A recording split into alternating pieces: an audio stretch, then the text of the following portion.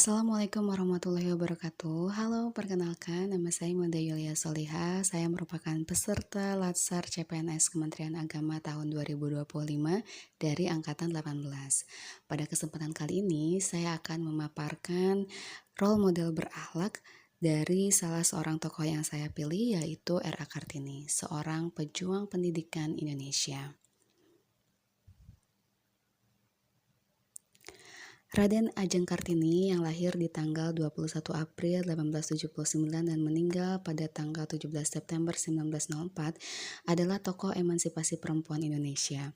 Ia memperjuangkan hak perempuan untuk mendapatkan pendidikan pada masa penjajahan Belanda, ketika akses pendidikan sangat terbatas bagi kaum perempuan pribumi.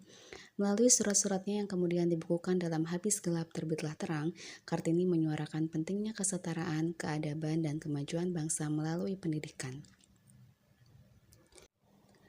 Mengapa saya memilih R.A. Kartini sebagai role model berakhlak yang saya bahas pada kesempatan kali ini? Pertama, karena beliau adalah pahlawan yang senantiasa memperjuangkan hak atas nama pendidikan untuk semua. Kartini juga memiliki nilai-nilai integritas, semangat belajar, dan kepedulian sosial. Selain itu, peran Kartini sebagai penggiat pendidikan juga sangat relevan bagi ASN yang melayani sektor pendidikan dan keagamaan seperti saya, di mana saat ini saya bertugas sebagai seorang guru dari instansi Kementerian Agama. Kartini juga terkenal sebagai pahlawan emansipasi perempuan Indonesia yang menginspirasi saya. Berikut akan saya paparkan relevansi peran R.A. Kartini dalam perjuangannya dengan konteks nilai berakhlak ASN. Yang pertama, berorientasi pelayanan. Kartini memperjuangkan pendidikan bukan untuk dirinya sendiri, tetapi untuk perempuan dan bangsa. Hal ini menunjukkan kepedulian terhadap masyarakat yang terpinggirkan. Kartini juga berhasil mewujudkan pelayanan publik yang berpihak pada kelompok rentan. Yang kedua, akuntabel. Kartini bersikap jujur dan bertanggung jawab atas gagasannya. Ia tetap setia pada idealismenya meskipun hidup dalam tekanan budaya dan adat. Kartini juga memiliki integritas moral tinggi yang patut kita contoh hingga sekarang. Yang ketiga adalah kompeten. Meskipun hidup di zaman yang serba kekurangan dan penuh keterbatasan, Kartini bisa belajar secara otodidak.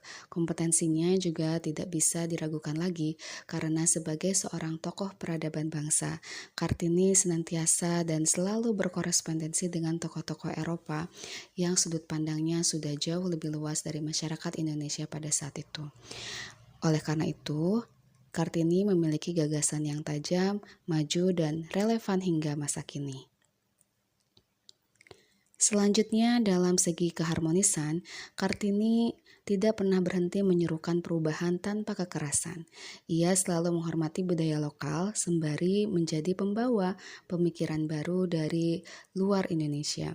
Pendekatannya juga mengedepankan kesantunan dan etika sebagaimana yang harus dicontohkan oleh masyarakat atau khususnya perempuan Jawa pada masa itu.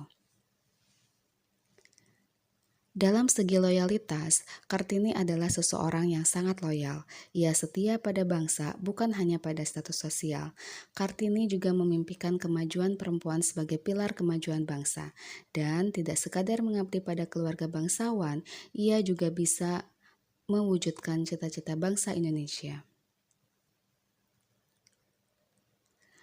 Kartini juga terkenal sebagai pribadi yang adaptif karena ia sangat terbuka pada perubahan dan mau belajar dari dunia luar. Ia mampu beradaptasi dengan kondisi zamannya tanpa kehilangan nilai luhur dari budayanya sendiri. Dan Kartini juga bisa menggabungkan ide barat dan kearifan lokal untuk akhirnya menjadi inspirasi bagi seluruh wanita Indonesia. Kartini juga sering melakukan kolaborasi dengan orang-orang penting pada masa itu. Ia berjejaring dengan banyak tokoh untuk memperkuat perjuangannya. Kartini tidak pernah bergerak sendiri, tetapi ia selalu menyadari pentingnya kolaborasi. Hal ini membuatnya bisa membuka ruang dialog dengan berbagai kalangan, termasuk kalangan bangsawan pada masa itu. Lalu, Apa yang sebenarnya bisa kita teladani sebagai ASN dari peran-peran Kartini? Yang pertama, kita bisa melayani dengan empati dan semangat perubahan. Kedua, kita bisa menjaga integritas dalam setiap tugas.